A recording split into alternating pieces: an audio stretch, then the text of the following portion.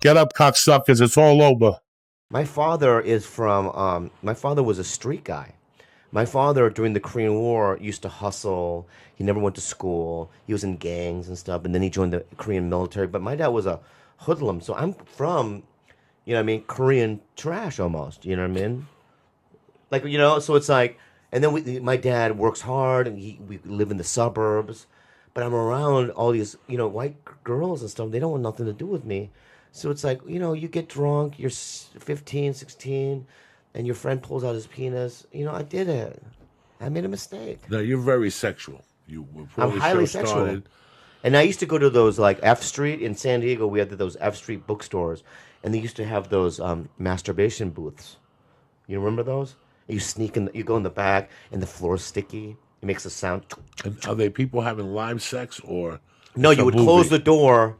You close the door, and then you put, dollar bills or quarters in, right? Or F Street had these tokens. You had to go to the front, right? Give them $40, and then they give you tokens, and you put the tokens, and then there's a button. There's two buttons, like changing channels, and they were always like the puddle of cum, So you have to stick your fingers in puddle of cum. Was this before the internet, or why would you go there? Yeah, this is in late 80s, right? Jesus, so people, was that, no, but they had VCRs by then, right? Yeah, but I went to the. Yeah, but I was a kid. He was a kid. I was 19. I'm not gonna go home to my parents' house. Yeah. What I had when I was a kid was you go in, and there was a bed in the middle. Where? 1816. That was his number. Yeah. There was a bed in the middle, and there was a guy fucking like this fat chick, and then live. Then there'd be windows all around on 42nd Street. Same thing. You walked in, you locked the door, you put token in, the window would slide up. Yeah. And then there was the ones that had the plexiglass that you just watched, and people would fucking. You could look around and see the guys jerking off, like heads banging. It's fucking creepy, man. What, did you ever jerk off in those? Oh fuck yeah! When I was 15, you have to. Yeah, you have to. You don't know. You don't know. That's the first time you see like somebody actually fucking in front, and you could smell a pussy. Yeah. You could They smell let you in at 15? They didn't give a fuck. They weren't proofing. That's probably in the 70s, right? That's the 70s, man. They didn't proof you. Jesus Christ. And you'd walk in, and there'd be a fucking janitor, and he'd go into every room when the door would open, and somebody would walk out. Before he'd go in there, he'd go in and drop the mop, and fucking mop and put it back in with all sperm and shit. And then you go in there, and you had to be careful what you touched. And they'd have sex in front of you. I think I did it twice, guys. Just being young and stupid. But then there was times I was in the city, and I'd just go in there just to see what was going on. Lee, are you okay? Yeah. He's fine. Yeah, but you just seem like you're drifting in and out of our... That's what he does every day. I know, but you looked over there, and then you started thinking about something. And he's my little retarded. Yeah, but he's not... Are you retarded? No, he's just high. No, I haven't been tested yet, but I think I'm okay. I gave some tranquilizers. Yeah, but you're all googly-eyed right now. You're good? Yeah. I gave him 100 milligrams. He's fine. Yeah? He's a good man. Lee, you got a girl or what? No, I'm single now. What happened? We were just together for 4.5 years, and I'm not ready to get married. Oh, okay. We're still close. We're still friends. But he's been going on new dates lately. I've recently been dating. It's been interesting. He's been hitting new boundaries. Yeah. Are you high right now? A little bit, yeah. Yeah, you seem very high right now. Wait till later. Wait till you call me. Are you getting more high now? Because you seem a little high right now. Me? No, I'm good. He doesn't want to stop. So, like, like. What are you, a rat? Don't worry about it. You keep asking me. You constantly ask me, do you want me another bong hit? Sure, I gotta ask you because you look a little uncomfortable. Did you eat one of these gummies yet or what? Yeah, that and something else. What do you mean? We had a little mushroom You cap. did? Sure. What's a mushroom cap? Just a little mushroom cap. And what does that do? Makes you see things. But why do you do that now? Because on a Monday. Because that's the reason why. It's Monday. Oh, I see. Everybody wants to do shit on Friday. Professionals do shit on Monday. But we do stuff on Friday too. Huh? We do stuff on Friday. I never see you on that Friday. I had people in Miami, and I bought blow in Miami that Friday, and then that Thursday I got high. But that Saturday, I was talking to the waitress, and the waitress comes over to me and I go, "Hey man, can you get some blow?" And she goes, "Yeah." So I go, "How much?" 90, whatever. I give her the money.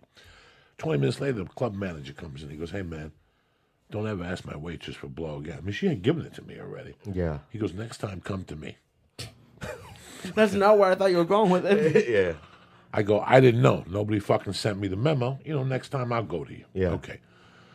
That Sunday night, whoever the club owner was, I don't need to mention his name. I do the early show at 7. The fucking show finishes at 8:30. Do you know at 11 o'clock I still wasn't paid? because he was doing blow in the green room with whoever the fuck, one of the other headliners, and I could even smell the freebasing. Okay, I bought the gram of coke. I got high. I didn't get high at the club. I didn't hit on any of the waitresses. I got high at my cousin's. Friday, whatever. Saturday, I got high in the hotel. The condo was so bad. The condo didn't even have a shower curtain. I mean, I had to stay with my cousin. The point of the story is I came home, and 3 months later, some headliner comes up to me and goes, "Hey, man, what'd you do in West Palm Beach? That owner hates you.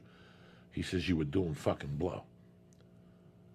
Okay, the owner was doing blow on Saturday and Sunday fucking night in the green room with the other comic that was at the... Because they had Davey and they had whatever. Doesn't really matter who the fuck it was, but it's amazing how people will say shit, and it depends how we take it. I was very insulted, and I saw him after that. I never talked to him again. Ever since then, things have changed, and now when I see him, he's my best friend, and he wants to talk, and you're doing great. But it's fucking crazy. Yeah. I was at the store one night in the very beginning, 97, and I went to the door guy, and I asked him for blow. And I gave him $100, and he gave me 6 20s for 100. So I had 6 20s. I think I had an audition the next morning. I was going to do 2 of them. I had 4 of them that I would have given away. You know what I'm saying? Yeah. I do a couple bumps. A comic comes in there. Well-known comic comes in. I just met him, and he goes, "Hey, man, I'm fucking exhausted." I go, "You want a blast?" He goes, "Yeah." I give him 2 blasts, and I go, "Hey, take one of the packages." Do you know a month later, he went to a pitch meeting, and my name came up, and the guy called me a coke fiend? No. After I gave him a package. Whoa. A famous guy? Yeah, pretty much. You're not going to name him? No. Are you friends with this famous He guy now? apologized since then because I hit him up. You did? Yeah, he hit him. I would have fucking killed him. Years later, I told him. He asked me what happened. When it comes to industry, dude. Oh, my God. Somebody fucks you with industry, dude? He had tears in his eyes. He did that? He had. I was going to kill him for you just now. Because I was really mad when I was telling him. I went and banged one out, sat there and sweated out in that hot fucking trailer until I figured out there was air conditioning. I sat in there like a fucking victim in one of those, like Adam Sandler in the box. I didn't even know there was air conditioning. This was my first anything. You just like me. And the trailer was the size of this. Yeah, you just like It was the size of this. This was how big. This is how much money they spent back then. This is 15 years ago. I didn't know nothing. That day, I'm not going to lie to people. I didn't know nothing. There was no acting class. I knew the Comedy Store, 11:45.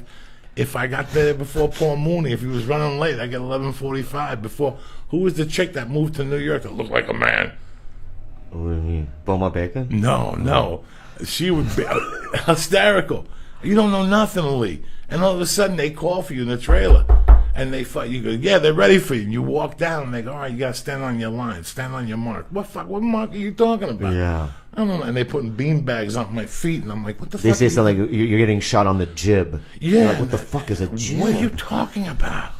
Okay, action. I said my line. That line I must have said 80 times. When I walked off that set, I go, "I'll never work again." That was my movie career down the tube. We're doing this podcast shit, revealing ourselves, saying things that we shouldn't be saying, but still, like, this is the most freeing thing I've ever done in my career, which is this podcast shit. I love it. I love it too, dude. Because we get to be together as a family. I get to see your little fucking Cuban titties sticking out of that white shirt.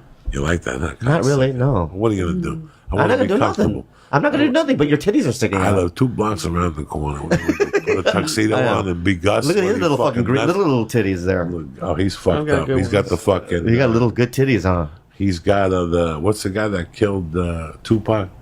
Biggie? Yeah, you got Biggie's little white titties. No. What's his name? Was it my first threesome at 35, 36, and it was one of the worst things of my life. Yeah. With 2 girls and 1 guy? 2 girls and me. You never done a threesome with 2 guys, 1 girl? No, I couldn't I have imagine a couple times. looking at another guy naked. What is that comics. I did it with Mike Burton. You know who Mike Burton is? No. Mike Burton's a stand-up. Yeah. He's still around. Yeah, Chicago? yeah. Mike Burton and a feature, the girl. I can't say her name because Right. she's still around. And we did the threesome, and he was so selfish because you know what I mean. He would pull her to his side of the bed, and I didn't want to touch him. So you know what I ended up doing? Going to the side of bed and just masturbating, watching them. And we also, can I just say something? We all laughed so much. It was like the funnest sex I've ever had. you know. And I did it with Aaron Cater and Brian Etheridge once in Vegas too. That was a fivesome. I was gonna say, where's that was a fivesome. You know, with 2 girls? Yeah, it was 2 Where girls. did you meet the 2 girls at? Dude, this is so gross. So, you know Steve Shrippa? Yeah. So Shrippa, Riviera. Yeah. So he calls me and he goes, hey, because Dice used to call me Ching, right? so Steve Shrippa used to call me Ching, right? As just Ching. That's what they used to say, not racial, but I know it was racial. So you go, hey Ching. I go, hey, we're doing this midnight dirty show. I want you to headline. I'd never headlined before. So Brian Etheridge and Aaron Cater were open micers at the time. They go, we'll drive you. You know what I mean? We'd love to see that, right? So they drove me out there. So we're on Las Vegas Boulevard. These 2 sisters drive by, right? And Brian Etheridge is driving, and the 2 sisters roll down the window and they go, you're cute. Not to Brian, because he's the ugliest white dude I've ever seen. Or me. They were saying it to Cater. Cater's a fucking cute boy. Good-looking yeah, dude. good-looking kid, right? Cater runs out of the car, jumps in this fucking truck. They drive out into the sunset, right? And me and Brian are fucking mad, right? So then we get to the Riviera. I go, Brian, you go do your own thing. I have to concentrate, write out my set list or whatever. So then midnight, I'm literally on stage, and I see Brian and Aaron bring in these 2 sisters. One was like a 300-pound white lit girl, and the other one was 80 pounds. But they were sisters, and they were missing teeth. But, you know, at the time, you know, I need, you know. So anyway, after the show, Aaron goes, hey, don't do us. So let's go to the room. So we're in the room, and so, you know, you're no condom either. You know what I mean? Oh, God. I know. So we were doing it, you know, doing it, and then all of a sudden, like 3 hours later, I'm with the fat one, and Aaron's with the skinny one. I don't know where Brian is. I don't know where Brian is. So I look around the room. I don't know where Brian is. Maybe he's in the bathroom. No, he's not in the bathroom. So I keep doing. I'm doing doggy style with this fat one, and I feel something tickling my butthole. It was like a feather. You know what I mean? I turn around. No one's there. So it was like paranormal. You know what I mean? I thought it was like a paranormal There's experience. a ghost tickling your butthole? Yeah. But then, like, I keep going, and I find, and then I definitely feel something. You know, like something. You know what I mean? And I look down. Brian had crawled underneath my body, and he was eating her pussy while I'm having sex with her. Now, let me tell you something. You have to imagine what is on his face now at this point. You know, my little gook juice. He's got gook juice, fat juice, you know what I mean? Mixed together, you know what I mean? Who knows what kind of, you know, is on Why his... not just go for the blowjob? What is he... I don't know, but he goes, she likes it. I don't like it. Because it's like, his chin is rubbing against my taint. I don't like it. It's weird, right? I can't get hard. So it gets worse. So I decide to power fuck her. So I go, you know how you do it? Power. Am I going to get in trouble for saying I time? haven't power fucked nobody in 10 years. Yeah, trust all me. right. So I go like that, you know what I mean? And you know, I slipped out, right? So I try to stick it back in, but Brian had moved up, right? And it rubbed against his eye, right? So then we all disband, you know what I mean? Because like he screamed, you know what I mean? And I go, why? We got to fight. I go, why are you down there? You know what I mean? He's like, you purposely. I didn't purposely. In those days, she used to linger on Mondays too, Bobby Lee. Yeah. And she'd throw a tell on and shit like that, and Pablo Francisco and Dane Cook, and put me behind one of those savages or something. And then I go in between Dane Cook and Eddie Griffin would show up and do 6 hours. Yeah. But, you know, she was lingering on Mondays, so that confidence. And then one day I got a call at my house. Hey, man, they're looking for you on Mad TV. What are you talking about, Mad TV? I'm not a groundling. I'm not a fucking groundling. Mad TV's not gonna sing me. Are you fucking crazy? Sure enough. He did it. Boom, I went in, read for the chick. He said, sit here, read for some other chick. Can you shoot tomorrow? Yeah. No, can you rehearse tomorrow? I went in there. We didn't shoot in front of a live audience. That's what saved me. Pre-tape. If I would have shot in front of a live audience for Mad TV, I would have got fired. Why do you say that? Because I know I would have fell apart at the You wouldn't have. Oh, Bobby Lee, are you not that early, Bobby. Not that early. That's being thrown to the wolves. That's 18 type shit going out there and hitting it in front of a live audience. But then you would have seen me do it, and you'd be like, "Oh, I can do that," because I was a fuck up. I would have never. I go line, and they go, "It's yes." I would have failed at the scene if Mad TV would have been in front of a live audience. When they told me it was taped, like I went home and didn't do blow. Like I knew there was a guy. Was I in the scene? What? With you? No, this was 4 years before you. This was a Soprano sketch. Oh. This was 2000. Will Sasso was in it. Will Sasso, yeah. And the chick who I always see, she's always in Studio City there. Nicole Garcia, Nicole Sullivan. Yeah. Nicole Garcia is who cast me. Yeah, Nicole's the best. The best. She's the best. And there was just Lee, when I walked off the Mad TV set, that's the first time I really talked shit as a comedian. Because to me, I knew I wasn't going to be on Saturday Night Live, but I got Mad TV, okay? What'd you get? Yeah. Let me bump somebody tonight, Mitzi Shaw. Why are you bumping? Because I did Mad TV, Mitzi Shaw. Let me get up there and shit. And then you get bumped by James Stevens III playing the fucking piano and shit. Oh, my. Get up, cocksuckers. It's all over.